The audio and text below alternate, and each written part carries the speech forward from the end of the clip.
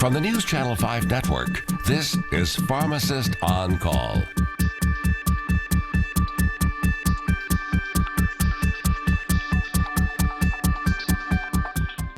Good evening, Nashville, Middle Tennessee, those of you in Southern Kentucky, and as far west as Jackson, Tennessee. Welcome to Pharmacist on Call. Your host, Dr. Sean Pruitt, owner of the Kangen Water Store of Nashville, owner of Pruitt's Discount Pharmacy, the pharmacy choice for the uninsured. And if you are watching this show, I am your community pharmacist. Well, everyone, welcome to another show. Here we are in November. Man, the year has gone by fast. We're approaching we're in the thick of cold flu season. So I wanted to welcome you all. This is your 1 hour forum to call in with those questions and those comments that you have that you don't get an opportunity to speak with your pharmacist or your physicians about. Before we get started, I wanted to do some congratulations and some condolences.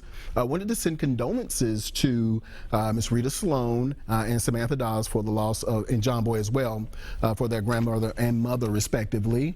Also, I wanted to send out condolences to Dr. Michael Burcham, who is one of the great business minds of the country, on the loss of his son a couple of weeks ago, and certainly wanted to let him know that he is in our thoughts and prayers, and also really just to give him props for what he does. He is responsible for, those of you who are watching that are entrepreneurs, he's responsible for bringing the Entrepreneur Center here, making Nashville an epicenter of business activity. So for the thousands of business owners, this is their mentor, and he's also mentoring me as well. So I want to thank him for the job that he does there at the EC. Wanted to send out some birthday shout outs.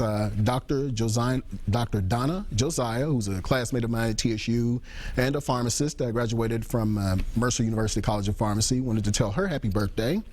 And let's see, any other birthdays out here? Also, I want to send out an early birthday to my fraternity. That's right, Omega Psi Phi Fraternity Incorporated will be celebrating its 104th birthday on November the 17th. The fraternity was founded November the 17th, 1911, on the campus of Howard University by 3 students and a faculty advisor. So I've had 26 great years of membership in this organization. Myself, I pledged at Austin Peay State University in the spring of 1989 at the Resolute Rho Kappa chapter. So happy birthday, bruz. Before we get into the show, I wanted to kind of let you know why we're here. The purpose of the show is it's our way of giving service to you by giving you 1 hour to call in and speak to us about those health questions that you have. So it looks like we've already got one online here. So this show is about you, so your calls are welcome. We've got Eddie on line 1. Eddie, welcome to Pharmacist on Call. How may we help you? Yes. I want to know what's the better cure for hemorrhoids besides just an operation. Okay, what was the question again, sir? I want to know what's the better cure for hemorrhoids besides just an operation. Hemorrhoids, well, it depends on how severe they are. For mild hemorrhoids, I've gotten relief from Tux pads. But if they are to the point that they are sticking out, I believe that you're going to have have surgery. How do we prevent them? By make sure we're staying hydrated so that we don't have to strain. But it just depends on how serious your condition is. So are you to the point where they're actually sticking out of the rectum? Well, can I ask you something? Are you live on the air right now? Live on the air, yes, sir. Oh. Hey, no one can see you. They don't know who you are. Well, I don't know if I should say this, but you can say it. I'm gonna be frank. Go ahead. It's a shame that the hospitals don't teach circular medicine, which means natural medicine. Oh. And I had trouble with hemorrhoids for about 12 years. Yes, sir. Somebody told me there's a Mexican potato that tastes like an apple, and I ate it 2 or 3 times a week for a whole bunch of months. It didn't do nothing for me. All of a sudden, a year went by, and my hemorrhoids were gone. I mean, they were gone. Okay. The hemorrhoids. And it's just too bad. It's really sad that because the drug companies, they finance the medical colleges, and they don't teach circular medicine. It's a shame because there's people that have been operated on that I know of, one, and he's gotten worse. He's not any better. And I told him about what happened with the Mexican apple. I forgot the name of it, but it's in Walmart. It's a flat-looking potato, like a potato, but it's an apple. I'm really confused, but I ate it raw. And I did it for a whole bunch of months, and then I called my brother. I said, this didn't do anything for me. It really didn't heal me. You said you found this Mexican apple in Walmart? Yeah, and it's called, I think it's Oma is the name of the apple. It's flat, and it tastes like an apple. but it's really a Mexican potato, but it tastes like an apple, and it's brown on the outside. And I ate it like 2 or 3 days, two or three times a week, and that went on for a couple of months. And then I called my friend. I said, this didn't do nothing for me. Because my brother knows a lot about natural stuff. It didn't do nothing for me. It probably worked for other people, but I'll tell you what happened. 8 months went by. All of a sudden, my hemorrhoids were gone. I mean, they were just gone after 12 years of having them, after bleeding, after putting the ointments all the time, not being able to eat hot sauce, anything hot, because I would know if I would bleed immediately. And I was healed. And I realized, man, how important natural medicine is. But it's a shame that the doctors really don't know anything about natural medicine because of what they're taught in these medical schools. And actually, a lot of doctors don't know that a lot of the medical schools are actually financed by the drug companies.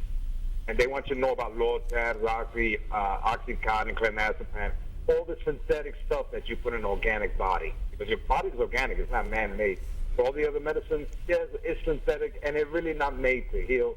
And it's a shame that sometimes it just worsens, but I really was amazed that this Mexican potato really healed me.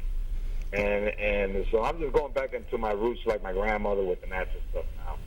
Hello? Yes, sir. Yes, sir. I thank you for your contribution. Yeah, and, and there's I wish there was a doctor that was so knowledgeable with natural medicine because he can put that together with the other medicine that's pharmaceutical, and some will work, the natural stuff.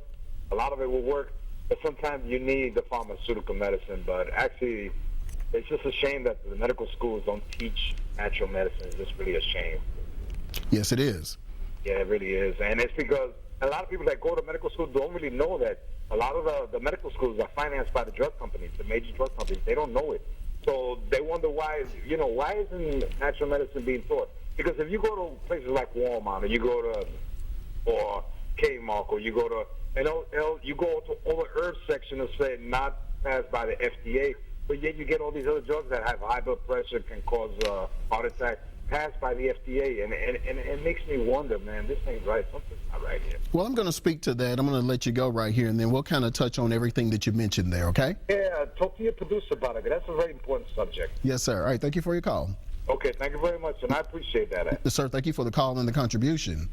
All right, so pretty much everything Eddie said, I'm pretty much in agreement with, and thank you for your contribution. One of the things that I love about this show is when you all call in with knowledge and information to give us. I know a little bit, I don't know everything, but I love it when you all call in and inform the public as well of things that have helped you or research or knowledge that you may have. So I encourage that. Yes, herbs have been here since the beginning of mankind, and our Creator put them here. I believe, as the Bible says, he gave us every green herb for meat, but I'm assuming also for medicine, as a way to heal ourselves. These herbs have taken care of mankind for millennia, for thousands of years, and so we're still here. So they have a purpose and a role. So he talks about why this isn't being taught in your medical schools and your pharmacy schools. Yes, there is the presence of the large pharmaceutical companies, and this would probably take a big chunk of the money that they make. But guess what? A lot of the drugs that you have come from properties that herbs have. So they study the herbs and then they make a synthetic form of what it does. So case in point, white willow bark. From that you get aspirin. So from the digitalis plant you have digoxin, which is a cardiac medication. So we are taught by and large to study those medications and those medications only. Yes, they have to be FDA approved, but some of us, a few of us, go the extra mile and do research. So yes, not only do I believe in it, I can co-sign on it because I've done the research and because I've also gotten effect from it, as have hundreds of my patients and some of you viewers who come by the store as well. So yes, this would do a big number, but what it also does is it decreases your reliance on the medical system to take care of you. So the good thing about educating yourself and knowing how to take care of yourself with lifestyle modifications, and not saying that you get off your medication, but inform yourself about your health condition, about medications, and about alternative therapies that you could use in conjunction with your conventional therapy under the supervision of your pharmacist and your physician. So that is the responsible way to do it. The FDA approval, the FDA will not sign off on anything herbal, and you look on any supplement and you'll see that that is the case. They are the Food Drug Administration, so primarily drug, big pharma. But with that, we're going to get to a break right here. That was a very good question, allowed me to spew off a little bit, but you all stay right there. Come in with those calls and those questions.